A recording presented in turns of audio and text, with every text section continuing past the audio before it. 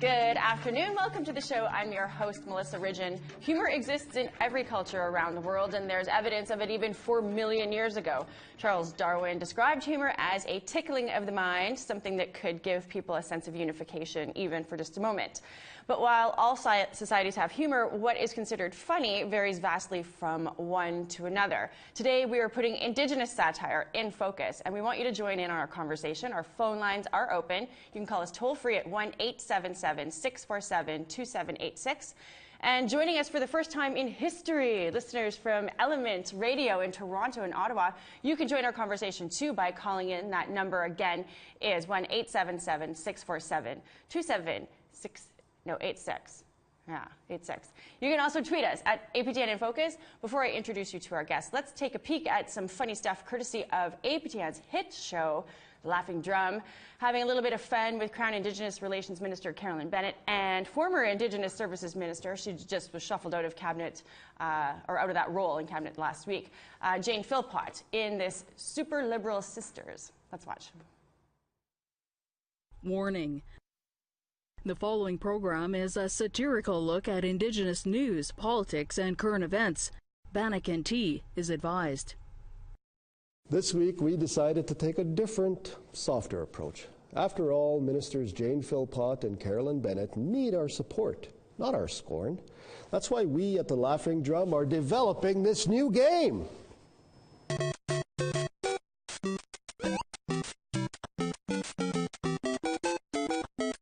In Super Liberal Sisters, you'll battle sloppy reporters, secure funding for First Nations housing and clean drinking water.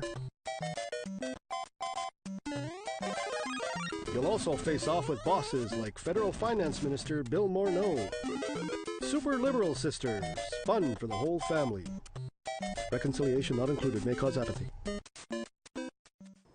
I know what my kids are going to want for Christmas. You might ask how a video game helps two ministers do their jobs.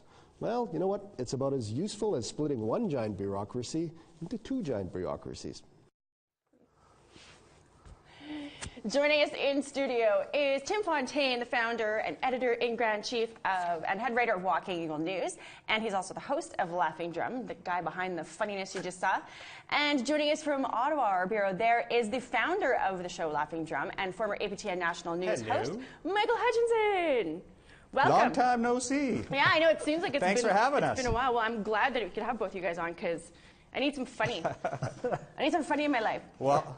So let's go back to the beginning. Good. How did Laughing Drum start? I'm trying to remember when it even started. Like, I know I was here at APTN, but I don't remember the year. How did it come to be?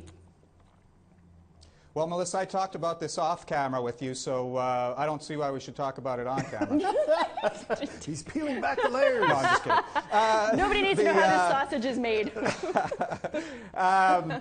Well, you know what happened is APTN News went from an hour format to a half-hour format, and so our lovely boss, Karen Pugliese, who I miss dearly, suggested that she doesn't miss you at all. You know, us producers come up with a couple of shows to fill out that last half hour. Me being the keener that I was, came up with two ideas, the face-to-face and the Laughing Drum. And instead of her picking one, she asked me to do both. So as a rookie producer who had never produced a TV show before, I suddenly had a lot to do. And I really enjoyed producing the Laughing Drum. The idea behind it, I guess, was that you know, we want to get grassroots people talking about the news, talking about the headlines, and I also wanted to use native humor. Native humor is so important to us as far as how we deal with issues, how we interact with our relations, both human and non-human, and so I wanted to ultimately have grassroots opinions, First Nation, Indigenous grassroots opinions on the news, but then be able to bring in that native humor. And so we used native comedians, and they did a great job. You know, it was a little bit tough getting the pundits to talk at first, but as they became more confident in doing it, it was great. I think our people are usually, you know, what's everybody thinking? As compared to what am I thinking? Yes. And to be a pundit, you really got to be, this is what I think. And, you know, it's tough for our people sometimes And then once to get out of that it got going, collective. it caught on, and people are like, oh, I see how it works now, and so I'm more comfortable participating in it. Tim, you were a hard news guy. I was a hard news guy. So he's a hard news guy. Tim, what would make you go, you know what, I'm going to hang up my serious journalist hat, and I'm going to put on my, one of my favorite ones was your AFN foreign correspondent battle cap. So how do you what made you want to make the jump from hard, serious news to Laughing Drum? Because then YouTuber. Fatigue. I was tired of doing hard news, and I'd always like people told me I was funny, but I never thought that it would ever translate into something. But I remember now, like I wanted to be a comedian when I was much younger. Really? Yeah, like when I was in my very early 20s. So this is sort of me going, like I didn't want to be like a stand-up comedian, but I wanted to do something funny. I didn't know what it was yet. So this was sort of my way of coming back to it and still using something that all I've known for the past 2 decades is news, right? So it's sort of bringing these two things together, and so that's how it happened. I can see the fatigue element of it too, right? Yeah. So then if you have that in your blood, that you're, you know, oh, I like humor, and then you get into journalism, where there's no humor. Yeah, like no humor. It's at least not like there's no ha-ha humor. Oh, come on, the humor in the newsroom can get pretty darn Well, dark. yeah, No, no, humor but that's in what the I mean. That's what I mean. newsroom, yes. It's because it's like gallows humor, right? It's like dark humor. Yeah, and it is. That's Very what. much. There's a lot of that in the work that I do. There's a lot of taking not so much the issue itself, but taking the people's reaction to it and torquing it in a way that's funny.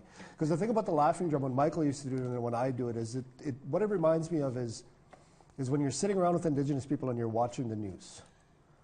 There's a lot of very funny but very dark things that are said while they're watching it, right? There's this sort of cynicism that comes out when people are watching news that I always found really funny, and I thought this is a really Well, you're either going to laugh or cry. Yeah, exactly. Right? And I think so. There's something to that, and I think that the Laughing Drum, our 2 iterations of the Laughing Drum, do the same thing, which is get people to not necessarily laugh and point, but to say these things that would normally be said when you're sitting around with people, I think. So. And you can address a lot of the really serious topics that are in the news, you know, like the racism within the Thunder Bay Police Service, for example, just to pick something out of the headlines that's happening now.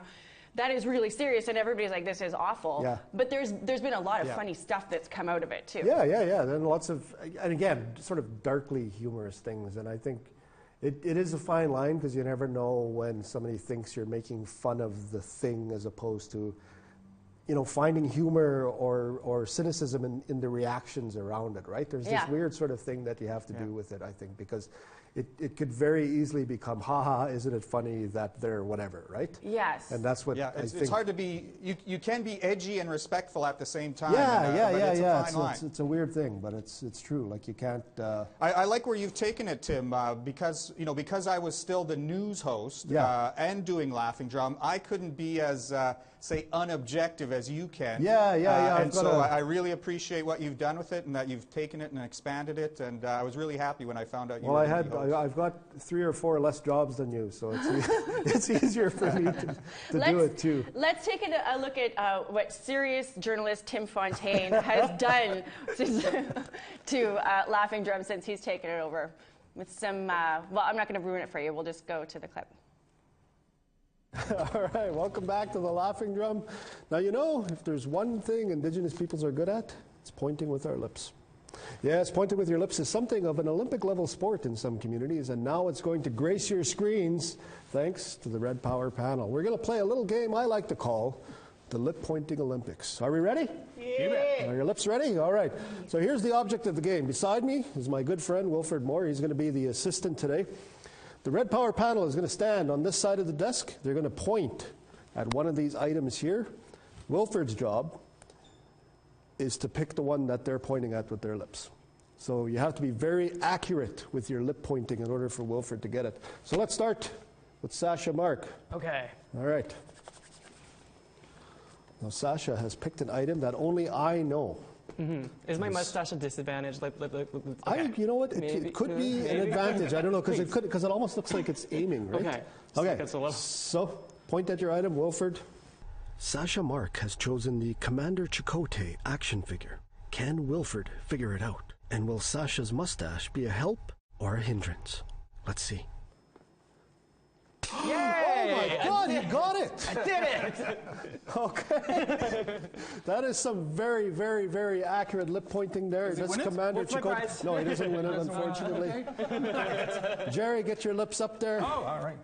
All right. Now, Jerry Barrett is a master lip pointer. He's going to point at an item. Oh, look at that. Now, I hope you're not lip point doping here, but... Cheating. It's cheating. You have an advantage. All right, get ready. Wilfred, you ready? Jerry Barrett has chosen the Ernest Munias CD. As you can see, he has really perfected his lip pointing technique, and he employs a lip balm. Very unusual. Ah, yes. Whoa! Yes. Ernest Munias! He wins again! All right, Ernest. And you know what? When it's Wilfred, when it's Ernest Munias, we all win.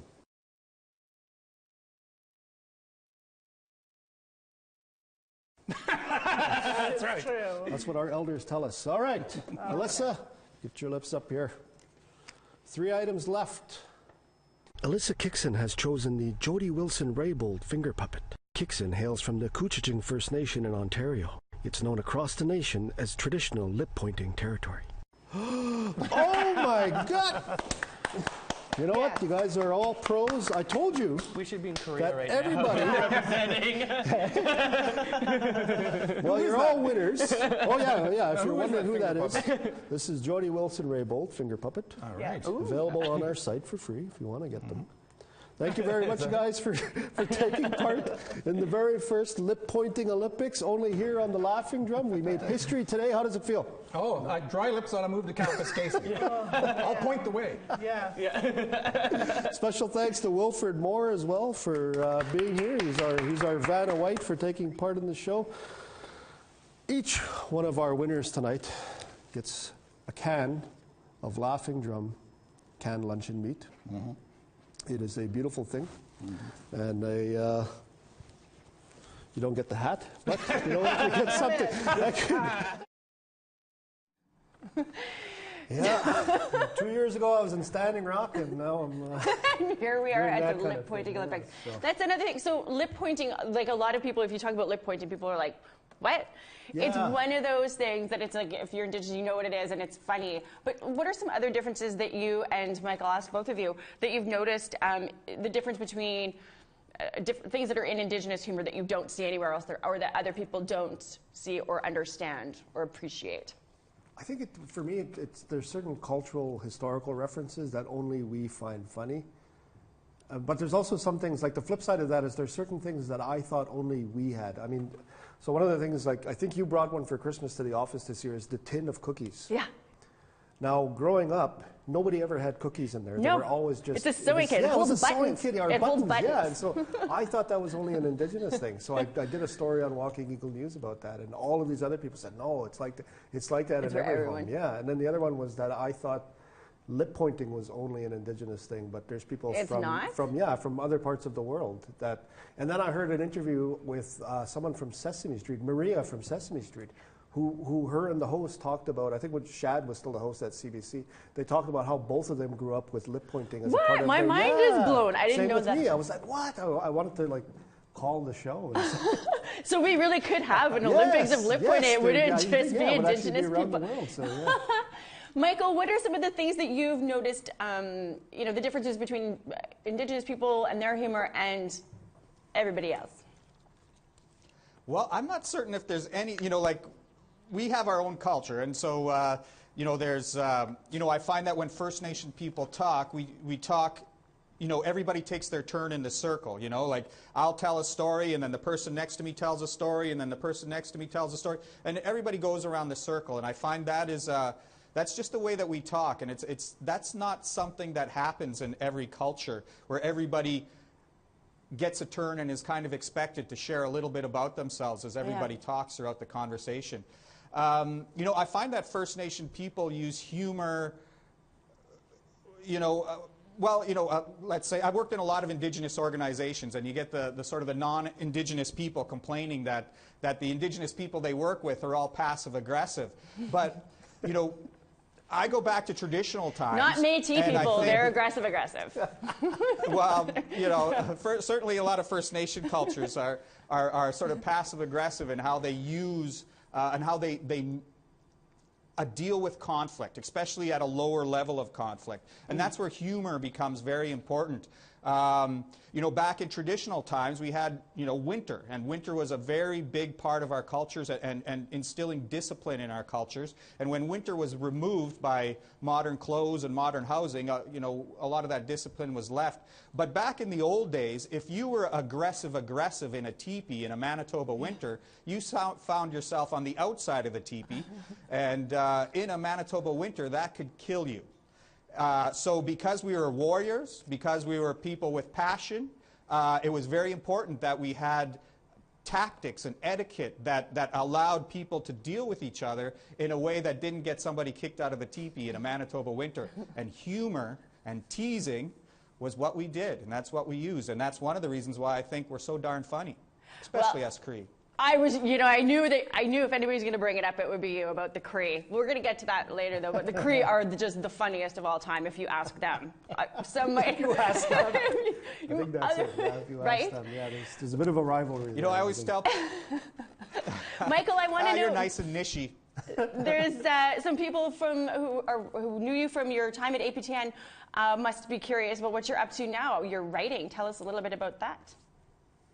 Well, I'm press secretary for the National Chief. That's my day job. But I'm also writing. I just finished, I have a book coming out in March. It's called The Case of Windy Lake. I grew up with a dad who didn't like TV, and he used to take out the TV during the summer. So I read a lot as a kid. And Hardy Boys was a big part of my, my youth. And so I wanted to write a book, some books that would make Indigenous kids proud of who they are, make them feel capable, make them feel like their opinions matter. And so I wrote kind of an Indigenous Hardy Boys book, and it's called The Case of Windy Lake. It'll be coming out in March. Please tell your school and your school board that I'm coming out with one. And you can see it on Second Story Press. It's called The Case of Windy Lake by Michael Hutchinson, and I'm looking forward to it coming out. It has Native humor in it. I've already bought one. I can't wait to receive it. Excellent. We've got to go to a break. Michael, thank you so much for joining us. We are going to take a quick break. We have many more funny people to come and talk about funny stuff, including meme maker Arnell Tailfeathers and also Danny Knight from the online satirical site The Feather. So stick around and don't forget to call us at 1-877-647-2786 if you want to join our conversation. Join our conversation now. You can call in toll-free at 1-877-647-2786. Like and watch us live on the APTN News Facebook page. Follow and tweet us at APTN InFocus. And send your thoughts in an email to infocus@aptn.ca.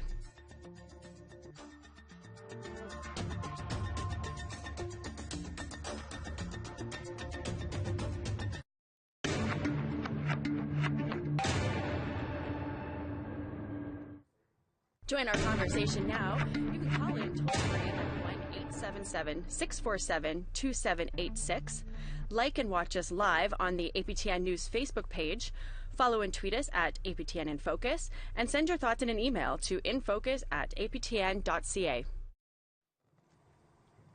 Today we are talking about Indigenous satire. With me in studio is Tim Fontaine, host of The Laughing Drum and editor-in-grand-chief of the hugely popular Walking Eagle News. We're going to get to what the name is all about, but wait. And joining us by Skype from Blackfoot territory is Arnell Tailfeathers. Hello. Hi. He may be the most famous of all Indigenous satire meme makers. I think he's got like 5,000 followers on Instagram, something to that effect? Yeah, something like that. Okay, so how did you get it? How do you even enter the realm of Indigenous meme making? Well, I guess I got into memes from just from the internet, sorry,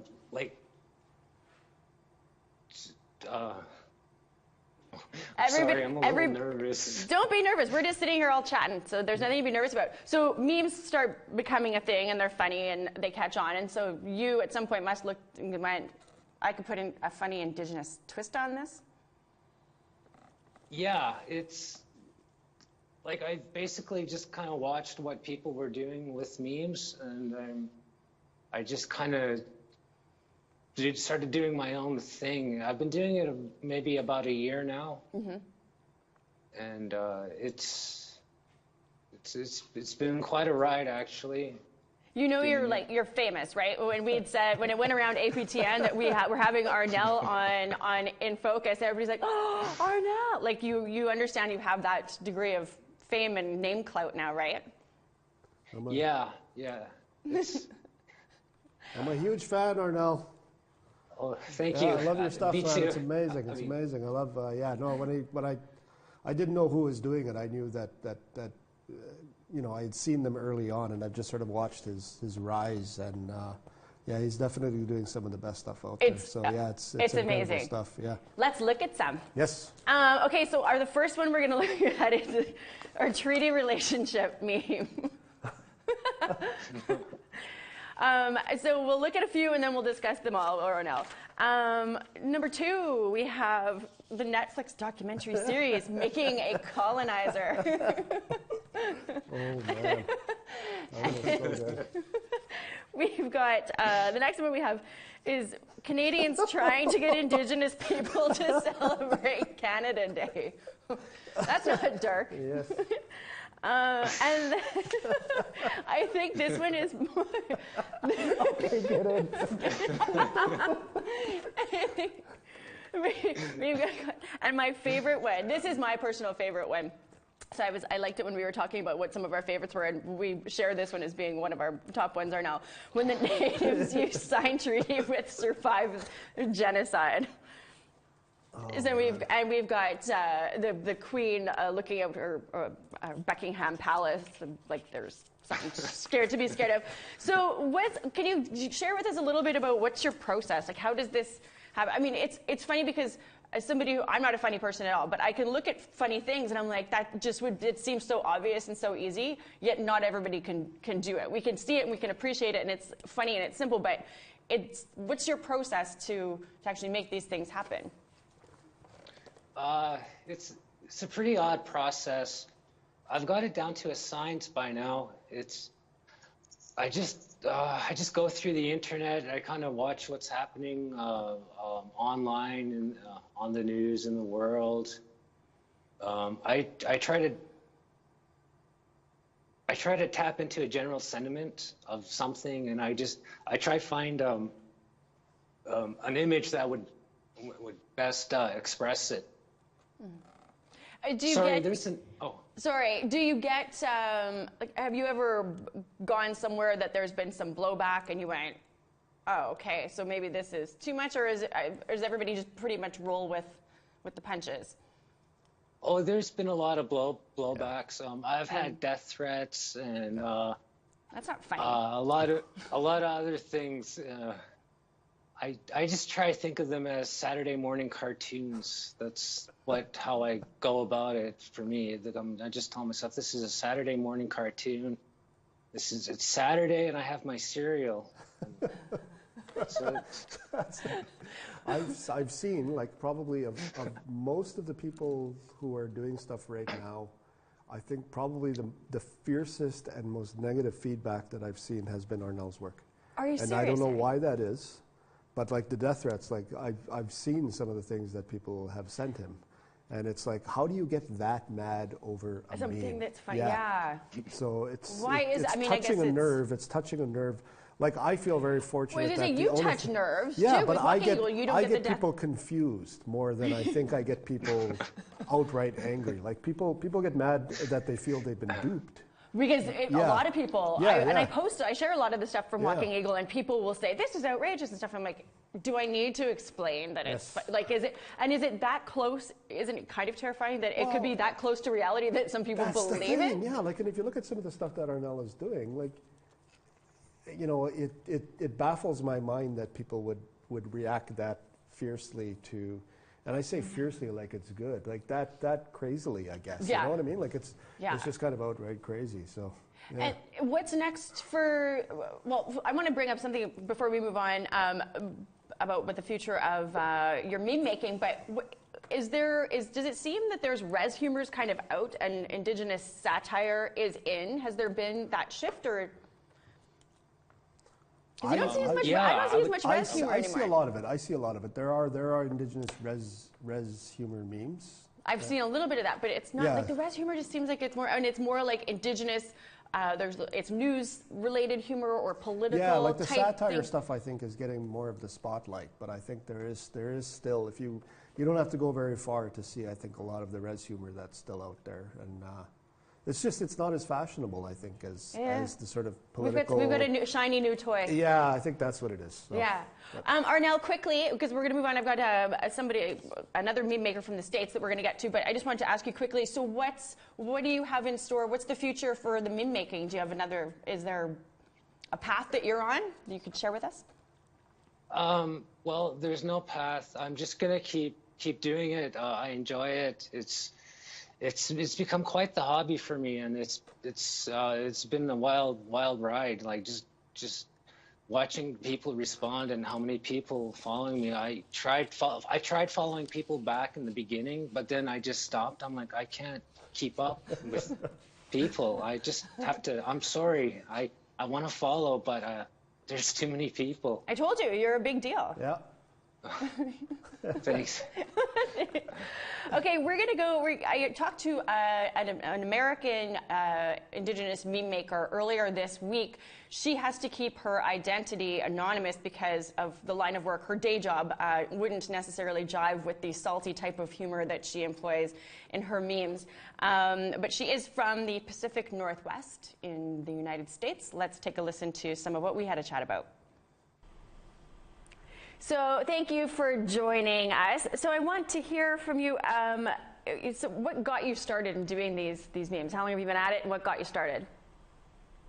Sure. Yeah, I actually probably about 9 months ago, I just started making memes that I was like sending to my friends about just stuff that was relatable in our lives, and I ended up putting them on like this Instagram account, which is what DBJ for me is. And then it just kind of like escalated from there. I just got like a bunch of followers, and then people were like sharing it, and that's how it became what it was. And what is so? I mean, you tackle a lot of tough subject matter in the memes that you make, and it's not necessarily funny stuff. Like, what is it that makes settlers and colonialism funny? Yeah, it's like, it's not funny. So I think being able to laugh about it and kind of poke fun at it takes the like power out of it, and it's just a way to. It is kind of like a coping mechanism, and just a way to like be more lighthearted about it. And so, do you think that there's been an evolution in Indigenous satire as a result of social media? I definitely think so. Yeah. Yes. Just from the first Indigenous memes that I like ever saw like a few years ago to now, they really have like evolved a lot. And it seems like regionally there's a big difference in like the types of memes that come out and like the humor behind them. And do you think that where do you think this is going to go next? Wow. I don't know. I feel like there's going to be like more Indigenous meme pages coming out. Like, I feel like I see a new one every week.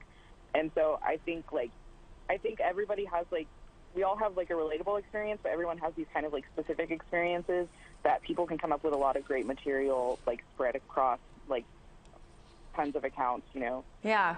And across Turtle Island, it seems that they're, I mean, from coast to coast and north to south. Let's talk about the first meme that we're seeing here. How did this one come about?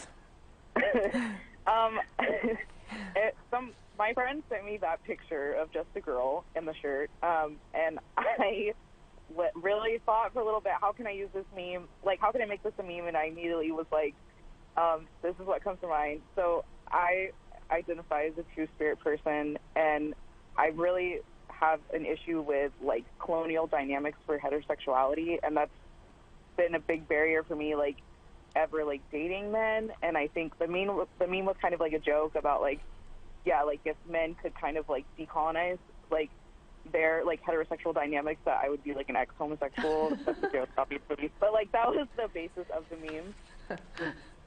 So I'm sure your friends, they send you something like this. And that must be part of the process too, right? Friends see funny things and they're like, I have to send this to you because this has some sort of a meme written all over it, and they trust that you can. Yeah. And so tell me about how the other one came to be. There's a lot going on in this other one.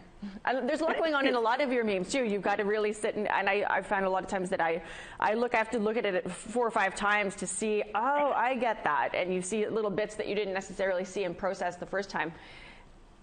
Sure.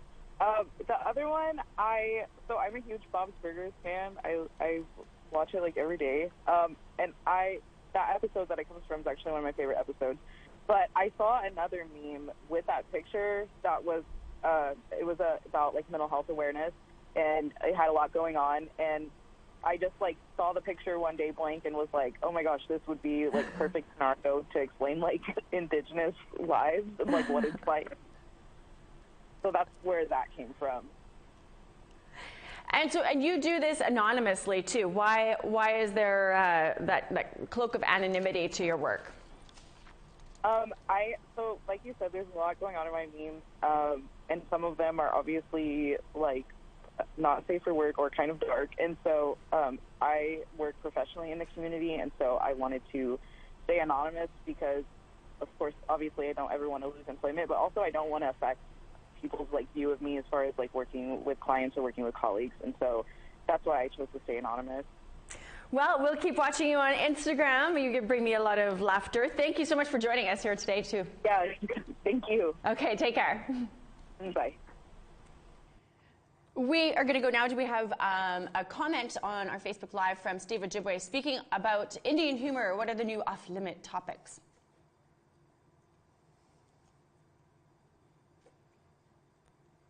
Oh, I don't see. Well, we're going to go. Is Arnell still there? Yeah, okay. I'm still here. Hang on. So somebody wants to know, what are the new off-limit topics? What do you think is off-limits, Arnell? And then I'll ask Tim, what do you think is off-limits?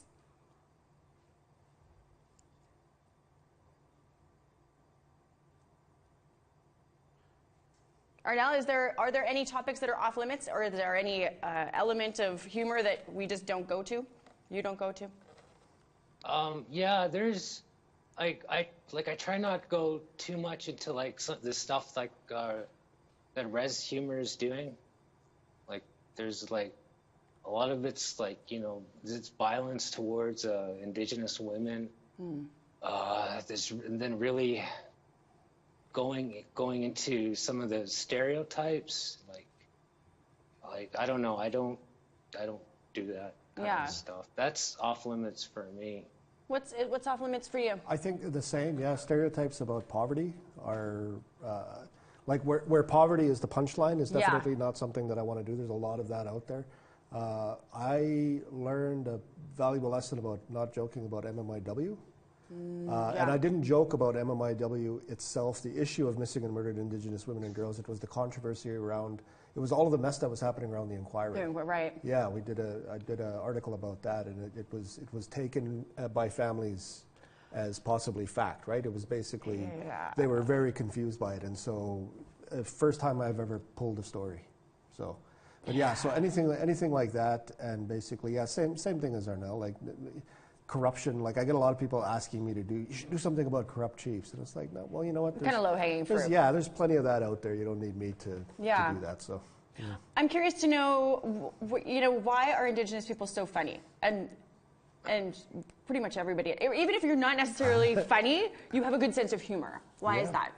I think it's a survival mechanism. That might be almost a cliche to say that now, but I think it's true. I think there's something to that, and it's something like what Michael had said earlier in the show, that we've lived in harsh conditions for most of our lives, and I think what choice do we have but to laugh, you know what I mean? So I think that's part of it. And having some kind of a shared experience, I think, allows us to laugh at each other's jokes a lot of times too. So I think to me, that's part of it anyways. Yeah. Arnell, who do you think are the funniest people? You're in Blackfoot territory. Are Blackfoot really funny people? Because if you were here, well, it doesn't even matter where you are. You hear the Cree people will infiltrate any conversation to let you know that they're the funniest. Who do you think's the funniest, Arnell? Well, someone has told me they love Blackfoots because we have the darkest humor of all This was coming from my friend who's Cree. He said that we were talking about memes, and yeah, that's what he said. That doesn't sound like very Cree-like to to actually admit that somebody else could be funnier. Yeah, right? Are you sure they were Cree? Okay. Arnell, thank you so much for joining us. We're going to have to take a quick break here. I appreciate you taking time out of your day to chat, and we'll continue, of course, to be watching you on Instagram and Twitter because we find you hilarious. Okay, it's time for us to take another break. When we come back, Danny Knight from the online satirical site The Feather. And, of course, if you want to join our conversation, you can call us 1-877-647-2786.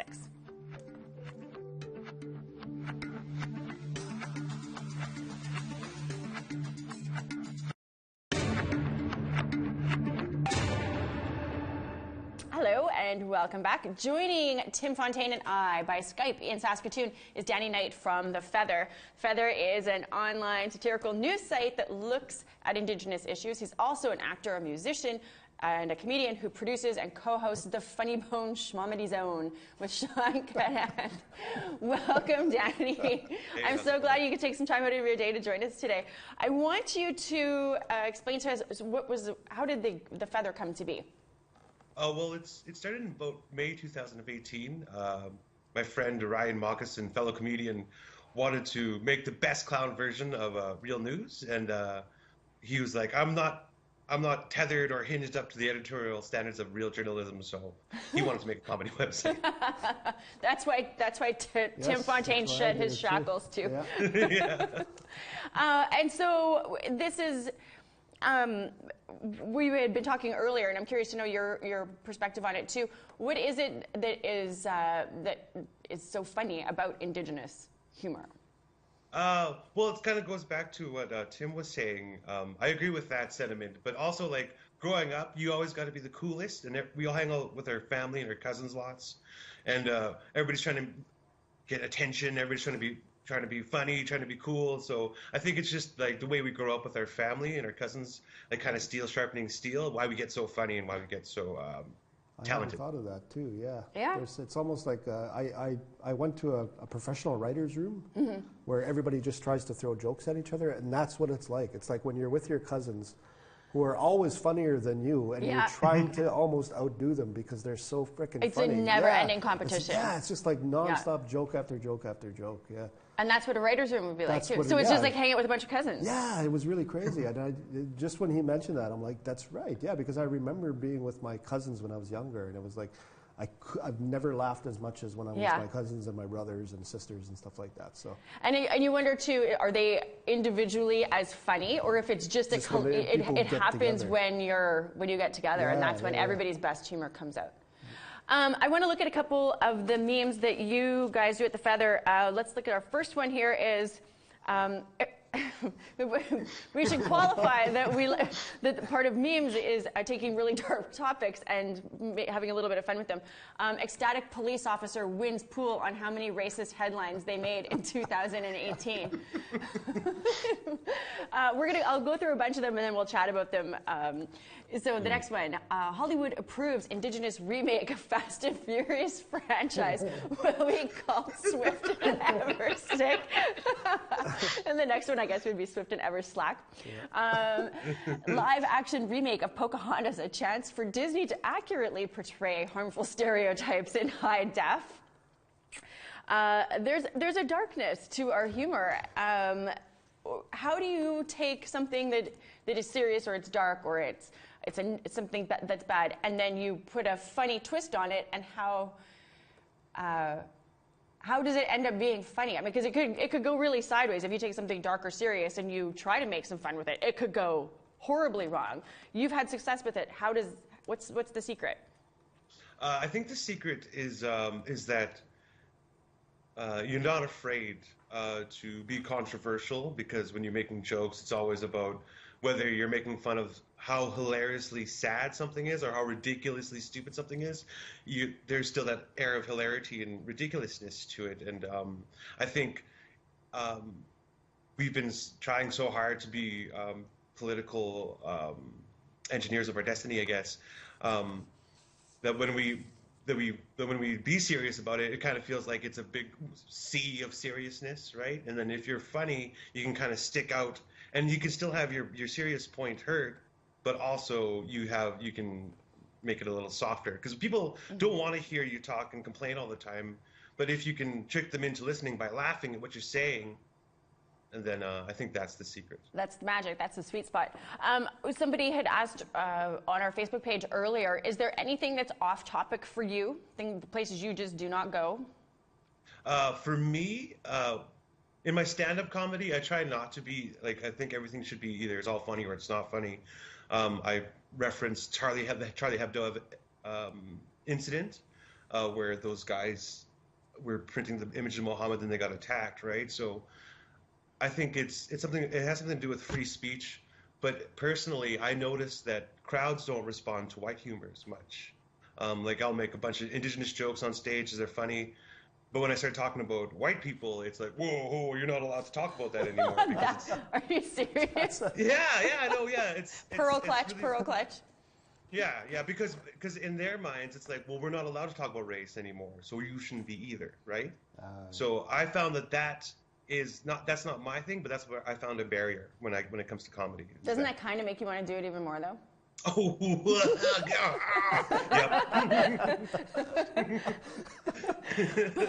I'm curious. I've asked Tim and asked Mike and Mike Hutchinson and Arnell, who had joined us previously. What is it that makes Indigenous people so funny? Oh, I think everybody is funny. Oh, everyone? Yeah. Yeah. No, I just think it's like I said, like, we grow up in big family environments, and it's just a way to be seen, to be recognized, and. But yeah, I know a lot of my friends who aren't Indigenous aren't as funny because they didn't grow up. They grew up like a small household. They didn't hang out with their cousins lots, and the only time they got to be funny was at school when they're supposed to be learning. So I don't think they have. It's back to the cousin. Yeah, I mean, I guess it makes sense. Yeah, lots of. I want to take a look at something that Tim did. Where are we here? I've lost my track because I lose my track. I lose my place a lot. This is. Tim, who is at AFN, the Assembly of First Nations, as a foreign correspondent. Let's take a look.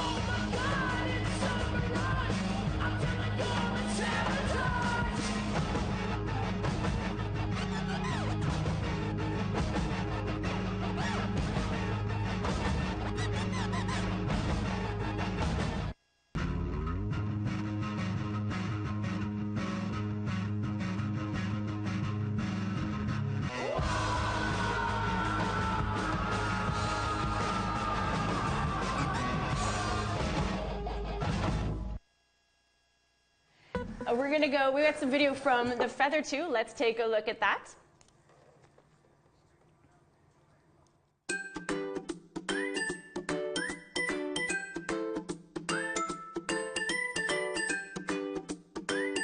Welcome to The Feather, where we don't steal, we liberate. I'm Danny Knight, and today's top story, the legal system in Canada. Yes, that old and glorious monster who was never really cozy with its Indigenous population or minorities in general. Today we see controversial verdicts like the Gerald Stanley versus Colton Bushy case, Jonathan Stiers and Tina Fontaine. The list goes on. Pretty much every court case with a stacked non-Indigenous jury. It wasn't always this way, though. About 100 years ago, in the good old days of the 1920s, there's this little known fact that's just begging for our attention. The Canadian government outlawed Indigenous people from seeking legal counsel. That means if we hired a lawyer, we could go to prison. Hey man, what are you in for? Defending myself? Let me outline the lunacy of that policy by giving you an analogy. That's like you're sick. So you hire a doctor to help you, and when you get to the hospital, instead of helping you and giving you medicine, he gives you smallpox blankets. Oh, kind of chilly in here, jeez. Oh, right on. Wait, what the hell is this? What? Wait, that's a terrible analogy. Say you're trying to sell your house. So you hire a real estate agent to help you, and when it comes time to sign the papers and collect the money, he says, psych, and steals all your land. Ooh, child, things are gonna get better. Wait, that's a terrible analogy as well, but you get the idea. A much younger Canada was not that nice. At the time, the Prime Minister who oversaw all these changes, such as outlawing Indigenous people from seeking legal counsel, was none other than William Mackenzie King of the Liberal Party. Yeah, he might seem like quite the old curmudgeon, but there were brighter sides to him. Like praising other world leaders such as Hitler, saying that he will rank among Joan of Arc as the deliverer of his own people. Okay, is that real? Yeah. Good Lord.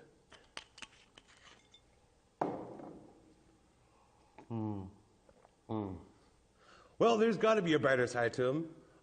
Overseeing the internment of Japanese Canadians after Pearl Harbor. All right. Well, there's got to be something. Oh, here. He refused entry to 900 Jewish refugees in 1939 from Europe. Okay. You get the idea. A much younger Canada was not that nice. But if we can look at it objectively, without believing in the Disney version of it all, perhaps that's a good place to start. Perhaps a much older Canada can look at its younger self and say, man, those days were f***ed. I'm Danny Knight. This is The Feather. We're not racist. We're just trying to get even.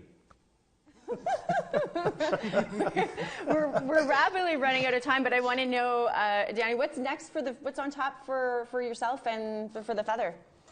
Oh, for me, I'll be in a couple shows this year in Saskatoon. You come check it out. I run the Funny Bone Schmomedy Zone every Sunday. Come check it out at the Copper Mug. And for The Feather, we're gonna do some on-location shoots. It's gonna be kind of fun. We're gonna get into the Yellow Jackets. Yeah, it's gonna be lots of fun. Are you coming to Winnipeg? I hope so. We'll see if we can let us know if you come. I want to know, Tim, so Laughing Drum Season 2 just started this week? It's going to start. It's coming up. When? Which? 29th. The 29th. Okay, so yeah. Oh, I thought it was this week. Anyway, what's Season 2 got in store? Is there same kind of idea, or have you jazzed it up a little bit? We're going to jazz it up a bit. We're going to do a bit more. I've got some more people helping out with the show. So we've got, there's still going to be the Red Power panel. There's still going to be interviews and headlines, but I think we're just going to wrap it up. Lip-pointing Olympics? Lip-pointing Olympics ×2. Nice. And yeah, it should be fun. I want to know too. Tell our audience who might not know the name, the explanation behind the name Walking Eagle, because when I didn't know, and when I heard it, I just assumed that everybody knew. No, so yeah, the idea basically is it's a bird that's so full of crap it can't fly.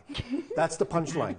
And basically, it came from this story that they bestow a name on some president or some world leader, a tribe, and they're all happy, and then they go and ask them, some elder later, oh, what does that name mean? And he explains, oh, it's a bird that's so full of crap it can't fly.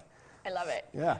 And what's next for Walking Eagle? You were doing a series, a talking series. Yeah, you were in Toronto doing events. More. Yeah, we're gonna hopefully I'm gonna do some more live events. I'm gonna be doing more of the articles themselves, and I would like to do more, maybe not television, but more web segments similar to what The Feather is doing. And by the way, I'm a huge fan of The Feather. I love what those guys do. So, yeah. Yes, there's lots of love to go around here. There's something to be said for people who have that, it's a closeness, I guess, of we're funny people. Of the ones and of the sites that are out there and of the people that are doing stuff. I mean, they're most in line with what I'm doing, so I feel a real kinship with what they're doing, share their articles as much as I can. Well, and I'm sure you share a lot of the same audience, right? Yeah. So it's way really people good. find this stuff funny too. I think they do. I think I have, very many non-Indigenous followers for Walking Eagle. So I'm assuming it would be the same for